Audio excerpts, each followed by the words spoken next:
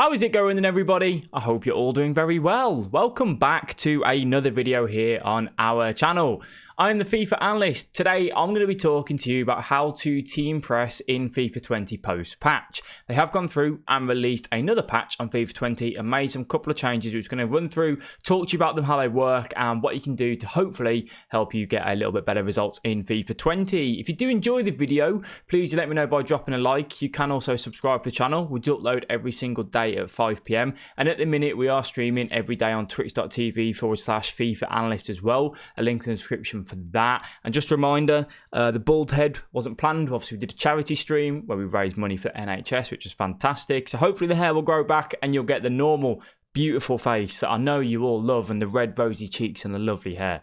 But yeah, one of the things as well, if you are interested in joining our Discord server where you just get general tips, you can speak to other people, you can arrange friendlies, all that sort of thing. A link is down below if you are interested in that. Let's go ahead and jump into it. So we're going to go ahead and talk to you about the team press changes, overload ball side and all that sort of thing. I went through and I used this team basically for the purpose of the video today. I wanted to use one of the cheaper teams, this is 100k, to see how it works at the lower end, not the God Squad teams that you guys don't all have. So what they've gone ahead and done, just to kind of talk to you about it, is a further increase the impact of overload ball side D-pad tactic on in-game stamina and decrease the impact of team press on the D-pad tactic within the in-game stamina. So what does that mean? They've nerfed overload ball side again, which is good because it's a pointless feature. No one wants it in the game. And they've actually buffed team press, which is interesting to say the least. So what I wanted to go and do is basically run it in different scenarios. So this was me running team press from minute 1 at half time. You can just see the stamina of the players that we were using in the game, which was the 100k team. You can see that they're looking okay, but they're not quite, as fit as they probably should be if they weren't running on the team press. Now, team press on the in-game tactic is to press down on the D-pad and then left, if I remember correctly. No, right. This is what it looks like at the end of the game. So you can just see that they are starting to get a little bit drained on stamina with the 100k team. These guys haven't got the greatest of stamina. You can just see that they are kind of on that scale of pushing on. If you were going to extra time with this sort of team, you'd have to make quite a few subs. Like you can see the cams struggling outside. The outer cams are struggling. Dembele, to be fair, wasn't actually that bad, which was quite surprising. It kind of does come down to how your play style is and how does it work. So what does team press actually do? Basically, it's the same as in your custom tactics. You've got press after possession loss, press on, heavy touch, balanced. It's the same as pressing constant pressure. That's basically how it is. That's as simple as that. So this was how the team looked from not running team press at half time, and that's how it looked at the end of the game for us from running team press in the second half only. So it didn't make a difference whether I ran team press from minute 1 or half time. It was all the same, basically. This was the custom tactics that we went and used. I'm going to talk to you about depth because I think that's going to play a massive part. I did use a few different custom tactics to get this footage and to understand how it worked,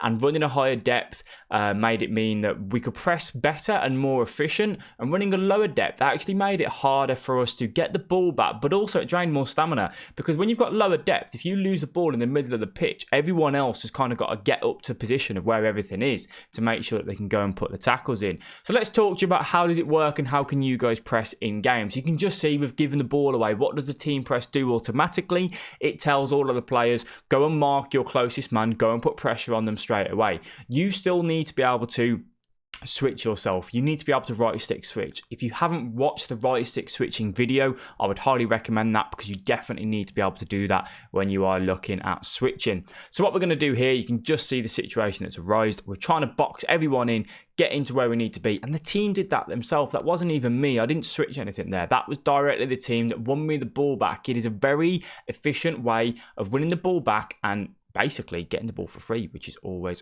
good stuff here. So you can just see in the next example, this is where the ball's kind of going to come through, and this is down to myself now to be able to switch and make sure that we step ahead in front of the defender, in front of the attacker, and move him there and get ahead and make sure we win the ball back that way. That's even pressing with the defensive line. I will talk to you very shortly about second man press using the R1 RB buttons. I know you guys are really always eager to know how much do I tend to use that when I am moving forward. forward. I did play quite a few games with this to get an understanding of how it worked.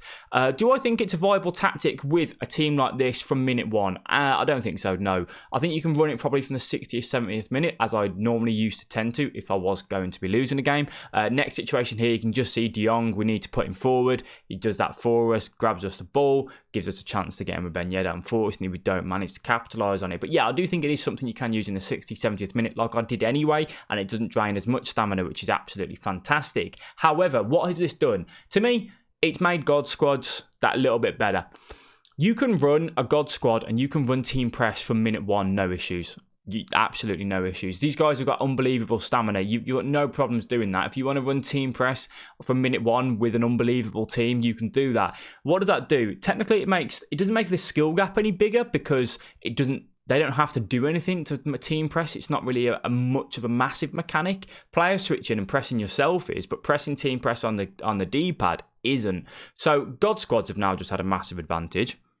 I thought I'd touch on this here as well. Again, a good little place. This is where we're going to do a double tap pass, a double tap through ball, double tap wide, double tap triangle. The reason for this is you can just see we've got the two defenders in and around the area where I want to pass. If I play this along the ground, it probably gets cut out. So we're going to double tap it. What that'll do is it create a little lofted ball ever so slightly, not like booting it over, but literally just dinks it, a couple of inches off the ground, finds it into the man, puts the ball into the back of the net. I just wanted to show you how the stamina kind of looked after running team press for a full game. That's how the squad's fitness was after the end of that game. So I had to put a squad fitness on fresh after that. You need your players really to be on 95 fitness, 94 at most when you go into the next game. Being at 90, 91, 93 for some of them was just not good enough for me. So I had to go and change them out, had to put a squad fitness on them. So as I said, with the 100k team, you can't really run it from minute one, but with a God squad, you definitely can. So next example, this is what team press is going to do for us, right?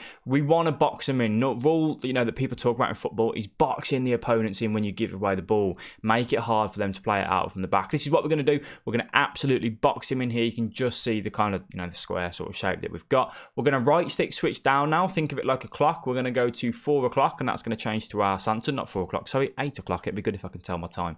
We're going to switch to 8 o'clock on the right analog stick and that will switch us over to him, puts the pressure on straight away, wins us the ball back. If you are struggling with right stick switching, like I just explained it, the best way for you to think about it is like a clock. 12 o'clock, 1 o'clock, 2 o'clock, 3 o'clock, and all the way around, and just make sure you are changing the analog stick to where that guy is based on that clock. And that hopefully may help. That was something that I've kind of been working on and thinking about over the last few weeks. I'll tell you what, guys, from this charity stream, my throat really struggling to be able to talk for a long period of time. But you know what? It was all fun and games and we all enjoyed it, definitely. So looking at team press again, where does it have its downside? It can cost you, right? We're going to develop a chance here now where we are going to give the ball away.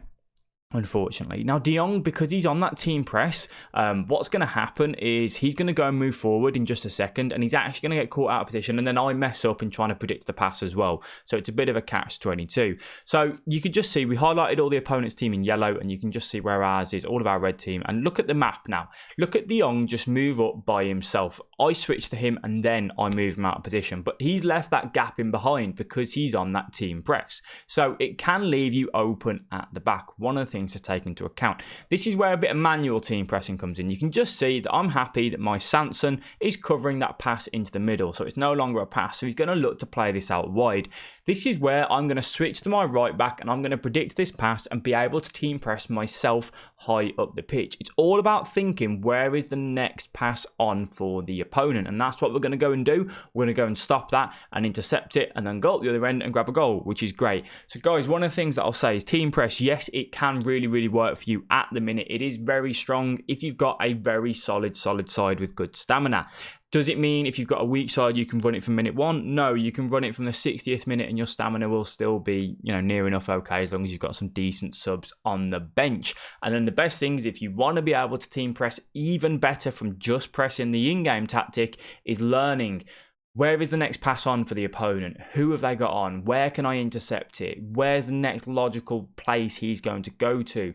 And when he goes for that, that's where you intercept, you win the ball back, and boom, you can go at the other end and put a bit of pressure on the opponent. It's all about thinking those next steps ahead. So how do I use second man press? This is an example here for you. I use second man press predominantly in the opponent's half or at the halfway line. I never use it that much further in towards my own goal.